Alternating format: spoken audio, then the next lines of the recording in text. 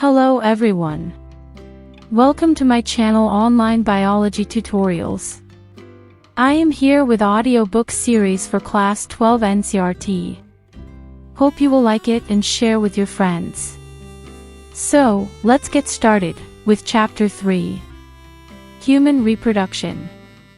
As you are aware, humans are sexually reproducing and viviparous. The reproductive events in humans include formation of gametes, gametogenesis, that is sperms in males and ovum in females, transfer of sperms into the female genital tract, insemination, and fusion of male and female gametes, fertilization, leading to formation of zygote. This is followed by formation and development of blastocyst and its attachment to the uterine wall, implantation, embryonic development, gestation, and delivery of the baby, parturition. You have learned that these reproductive events occur after puberty. There are remarkable differences between the reproductive events in the male and in the female. For example, sperm formation continues even in old men, but formation of ovum ceases in women around the age of 50 years. Let us examine the male and female reproductive systems in human. Next topic. 3.1 The male reproductive system. The male reproductive system is located in the pelvis region, figure 3.1a. It includes a pair of testes along with accessory ducts, glands, and the external genitalia. The testes are situated outside the abdominal cavity within a pouch called scrotum. The scrotum helps in maintaining the low temperature of the testes, 2 to 2.5 degrees Celsius lower than the normal internal body temperature, necessary for spermatogenesis. In adults, each testis is oval in shape, with a length of about 4 to 5 centimeters and a width of about 2 to 3 centimeters. The testis is covered by a dense covering. Each testis has about 250 compartments called testicular lobules, figure 3.1b.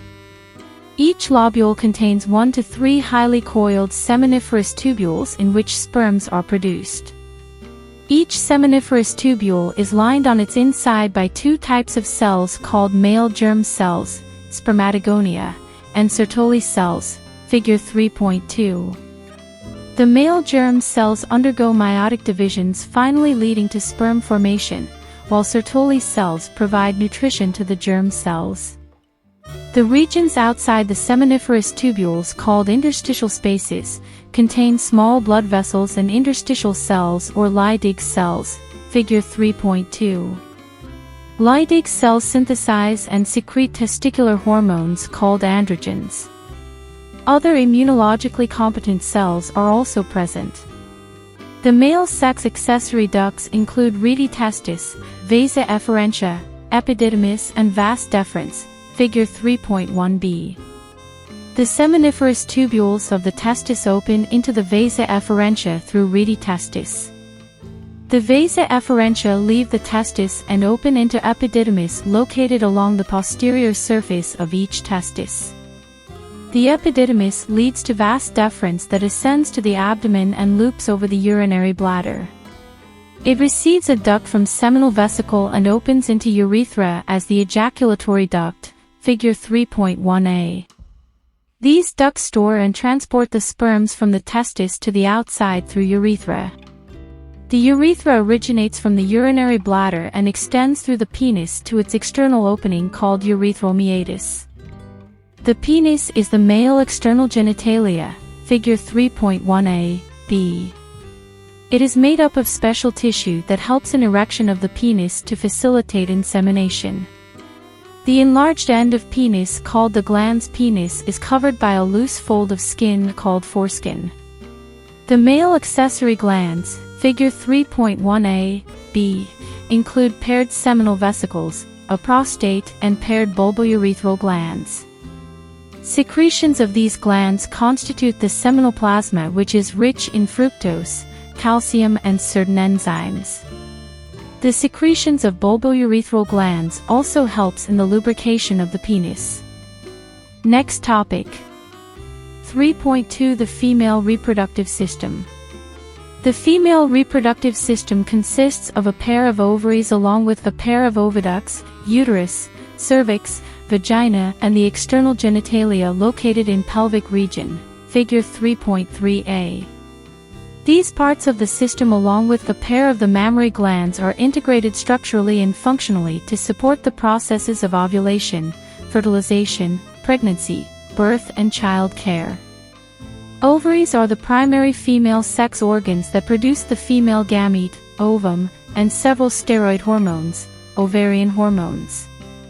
The ovaries are located one on each side of the lower abdomen, figure 3.3b. Each ovary is about 2 to 4 centimeters in length and is connected to the pelvic wall and uterus by ligaments. Each ovary is covered by a thin epithelium which encloses the ovarian stroma. The stroma is divided into two zones, a peripheral cortex and an inner medulla. The oviducts, fallopian tubes, uterus and vagina constitute the female accessory ducts. Each fallopian tube is about 10 to 12 centimeters long and extends from the periphery of each ovary to the uterus, figure 3.3b. The part closer to the ovary is the funnel-shaped infundibulum. The edges of the infundibulum possess finger-like projections called fimbriae, which help in collection of the ovum after ovulation. The infundibulum leads to a wider part of the oviduct called ampulla. The last part of the oviduct, isthmus, has a narrow lumen and it joins the uterus. The uterus is single and it is also called womb. The shape of the uterus is like an inverted pear. It is supported by ligaments attached to the pelvic wall. The uterus opens into vagina through a narrow cervix. The cavity of the cervix is called cervical canal, figure 3.3b, which along with vagina forms the birth canal. The wall of the uterus has 3 layers of tissue.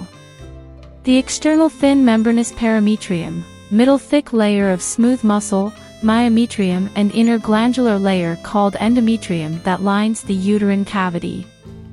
The endometrium undergoes cyclical changes during menstrual cycle while the myometrium exhibits strong contraction during delivery of the baby. The female external genitalia include mons pubis, labia majora, labia minora, hymen and clitoris, figure 3.3a. Mons pubis is a cushion of fatty tissue covered by skin and pubic hair. The labia majora are fleshy folds of tissue, which extend down from the mons pubis and surround the vaginal opening. The labia minora are paired folds of tissue under the labia majora. The opening of the vagina is often covered partially by a membrane called hymen. The clitoris is a tiny finger-like structure which lies at the upper junction of the 2 labia minora above the urethral opening. The hymen is often torn during the first coitus, intercourse. However, it can also be broken by a sudden fall or jolt, insertion of a vaginal tampon, active participation in some sports like horseback riding, cycling, etc. In some women the hymen persists even after coitus. In fact, the presence or absence of hymen is not a reliable indicator of virginity or sexual experience.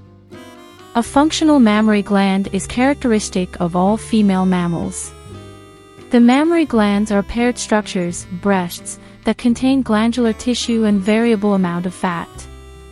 The glandular tissue of each breast is divided into 15 to 20 mammary lobes containing clusters of cells called alveoli, figure 3.4. The cells of alveoli secrete milk, which is stored in the cavities, lumens, of alveoli. The alveoli open into mammary tubules. The tubules of each lobe join to form a mammary duct. Several mammary ducts join to form a wider mammary ampulla which is connected to lactiferous duct through which milk is sucked out. Next topic. 3.3 Gametogenesis.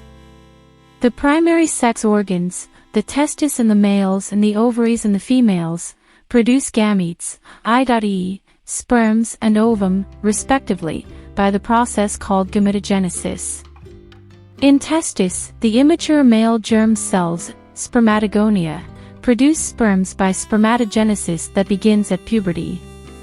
The spermatogonia, Sing. Spermatogonium, present on the inside wall of seminiferous tubules, multiply by mitotic division and increase in numbers. Each spermatogonium is diploid and contains 46 chromosomes. Some of the spermatogonia, called primary spermatocytes, periodically undergo meiosis. A primary spermatocyte completes the first meiotic division, reduction division, leading to formation of two equal, haploid cells called secondary spermatocytes, which have only 23 chromosomes each.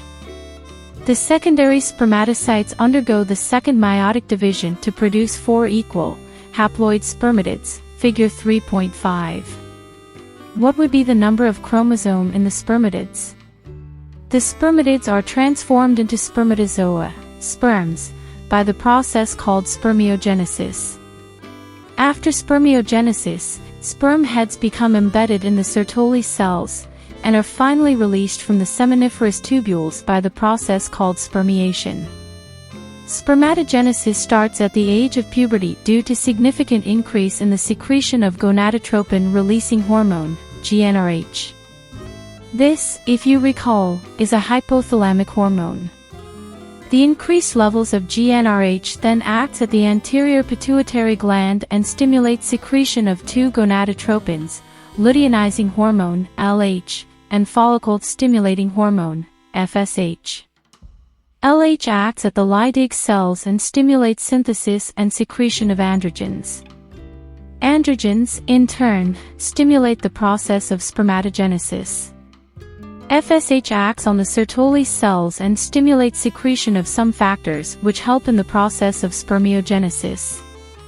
Let us examine the structure of a sperm. It is a microscopic structure composed of a head, neck, a middle piece and a tail, figure 3.6. A plasma membrane envelopes the whole body of sperm. The sperm head contains an elongated haploid nucleus, the anterior portion of which is covered by a cap-like structure, acrosome. The acrosome is filled with enzymes that help fertilization of the ovum. The middle piece possesses numerous mitochondria, which produce energy for the movement of tail that facilitates sperm motility essential for fertilization. The human male ejaculates about 200 to 300 million sperms during a coitus, of which, for normal fertility, at least 60% sperms must have normal shape and size, and at least 40% of them must show vigorous motility. Sperms released from the seminiferous tubules are transported by the accessory ducts. Secretions of epididymis, vas deferens, seminal vesicle, and prostate are essential for maturation and motility of sperms. The seminal plasma along with the sperms constitute the semen. The functions of male sex accessory ducts and glands are maintained by the testicular hormones, androgens. The process of formation of a mature female gamete is called oogenesis, which is markedly different from spermatogenesis.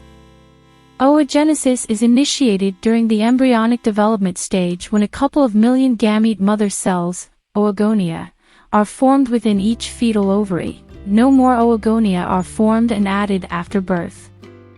These cells start division and enter into prophase I of the meiotic division and get temporarily arrested at that stage, called primary oocytes. Each primary oocyte then gets surrounded by a layer of granulosa cells and is called the primary follicle, figure 3.7. A large number of these follicles degenerate during the phase from birth to puberty.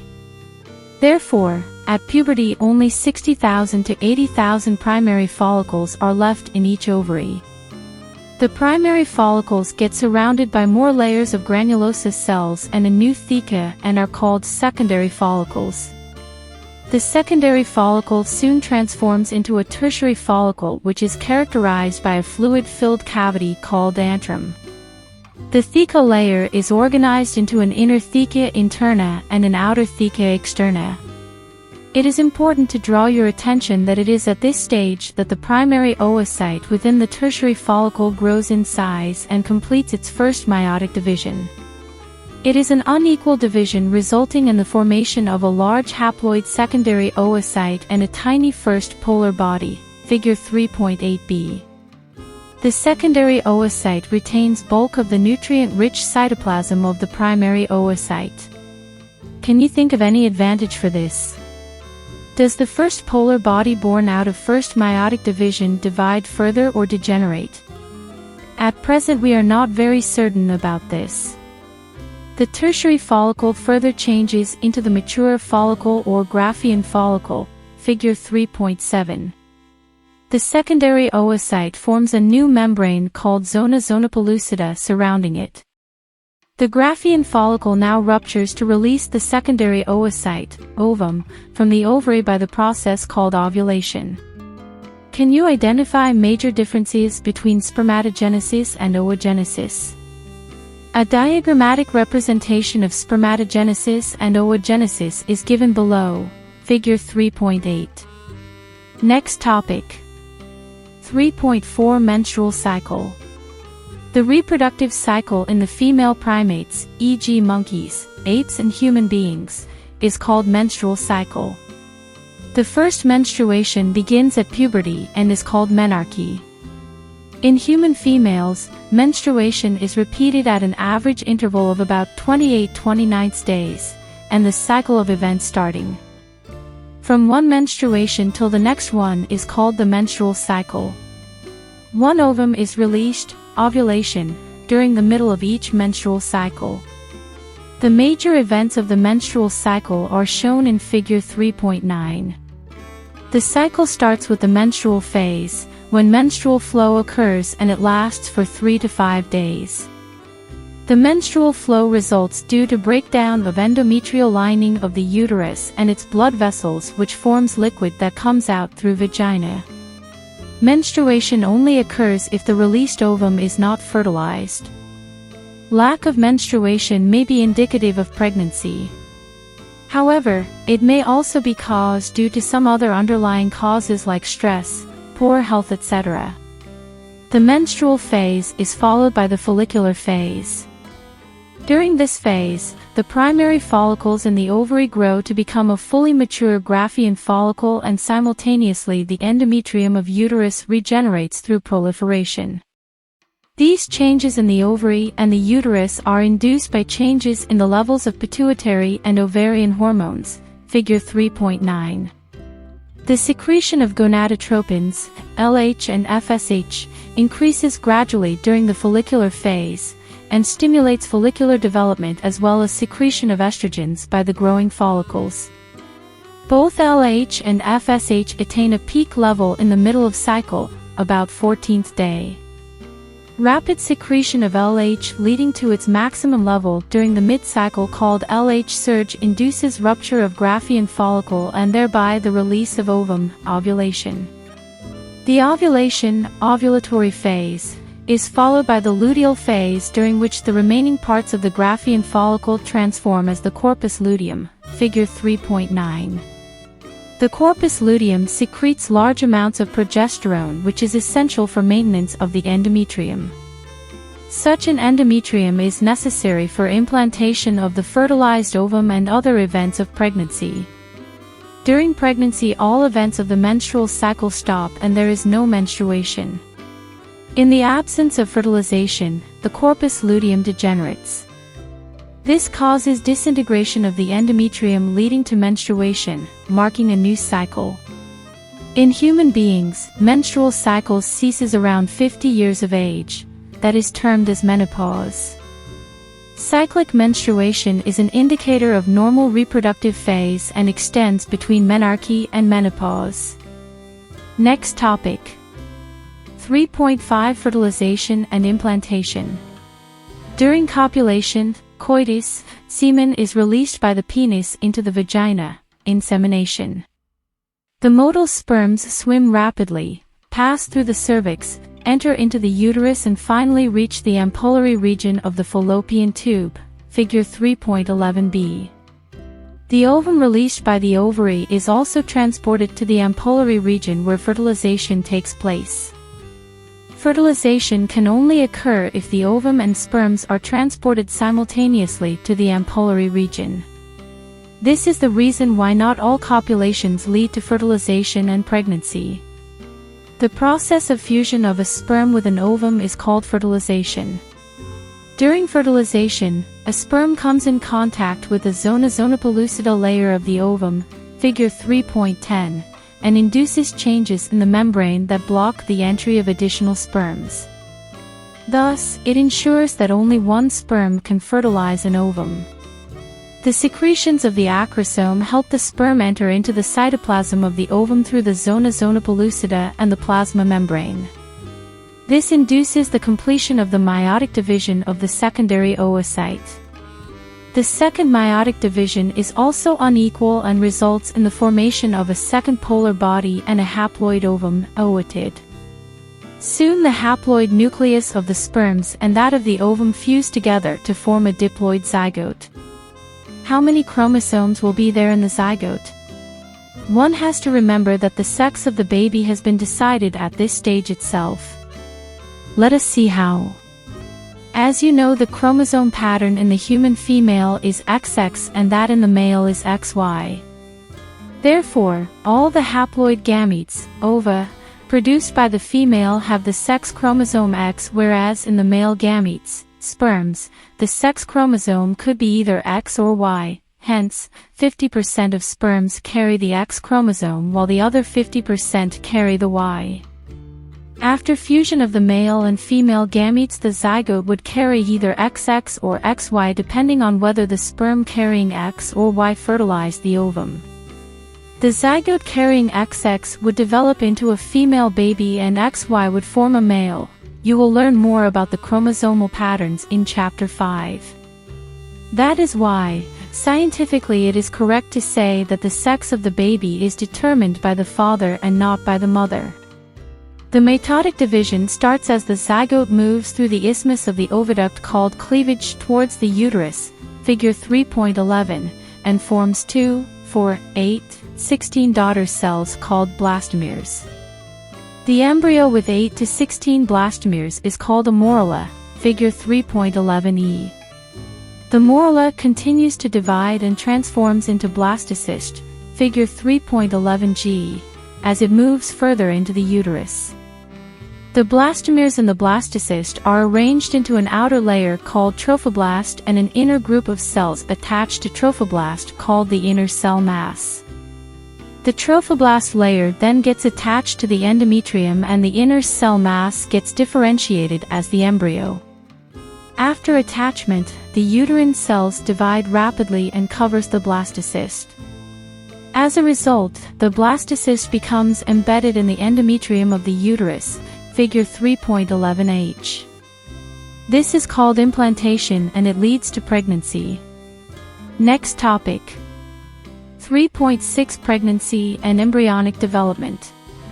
After implantation, finger-like projections appear on the trophoblast called chorionic villi, which are surrounded by the uterine tissue and maternal blood.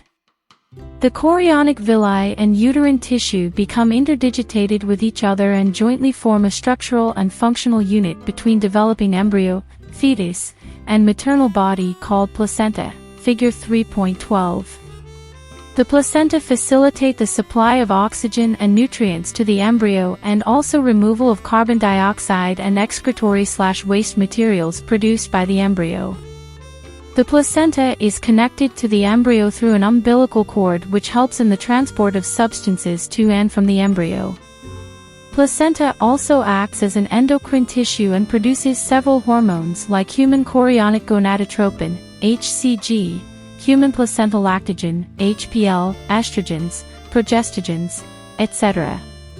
In the later phase of pregnancy, a hormone called relaxin is also secreted by the ovary. Let us remember that HCG, HPL, and relaxin are produced in women only during pregnancy. In addition, during pregnancy the levels of other hormones like estrogens, progestogens, cortisol, prolactin, thyroxine, etc., are increased several folds in the maternal blood. Increased production of these hormones is essential for supporting the fetal growth, metabolic changes in the mother and maintenance of pregnancy.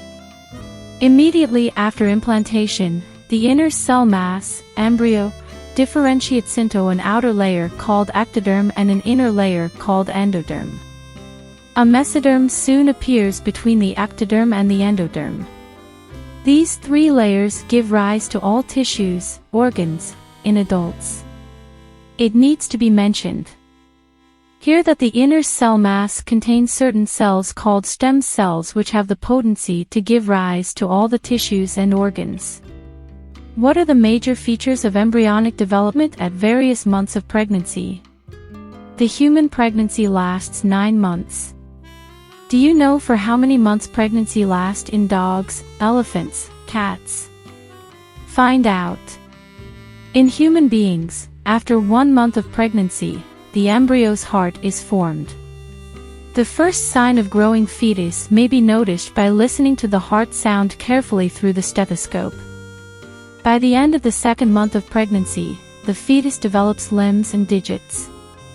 By the end of 12 weeks, first trimester, most of the major organ systems are formed. For example, the limbs and external genital organs are well developed. The first movements of the fetus and appearance of hair on the head are usually observed during the 5th month. By the end of about 24 weeks, end of 2nd trimester, the body is covered with fine hair, eyelids separate, and eyelashes are formed. By the end of 9 months of pregnancy, the fetus is fully developed and is ready for delivery. Next topic. 3.7 Parturition and lactation. The average duration of human pregnancy is about 9 months, which is called the gestation period. Vigorous contraction of the uterus at the end of pregnancy causes expulsion/delivery of the fetus. This process of delivery of the fetus, childbirth, is called parturition. Parturition is induced by a complex neuroendocrine mechanism. The signals for parturition originate from the fully developed fetus and the placenta, which induce mild uterine contractions called fetal ejection reflex. This triggers release of oxytocin from the maternal pituitary. Oxytocin acts on the uterine muscle and causes stronger uterine contractions, which in turn stimulates further secretion of oxytocin. The stimulatory reflex between the uterine contraction and oxytocin secretion continues, resulting in stronger and stronger contractions. This leads to expulsion of the baby out of the uterus through the birth canal, parturition. Soon after the infant is delivered, the placenta is also expelled out of the uterus. What do you think the doctors inject to induce delivery? The mammary glands of the female undergo differentiation during pregnancy and starts producing milk towards the end of pregnancy by the process called lactation. This helps the mother in feeding the newborn. The milk produced during the initial few days of lactation is called colostrum, which contains several antibodies absolutely essential to develop resistance for the newborn babies. Breastfeeding during the initial period of infant growth is recommended by doctors for bringing up a healthy baby. And that's the end of Chapter 3. Hope you learned important pronunciations and it was worth listening. Consider subscribing to my channel Online Biology Tutorials to have more videos of such type. Thank you.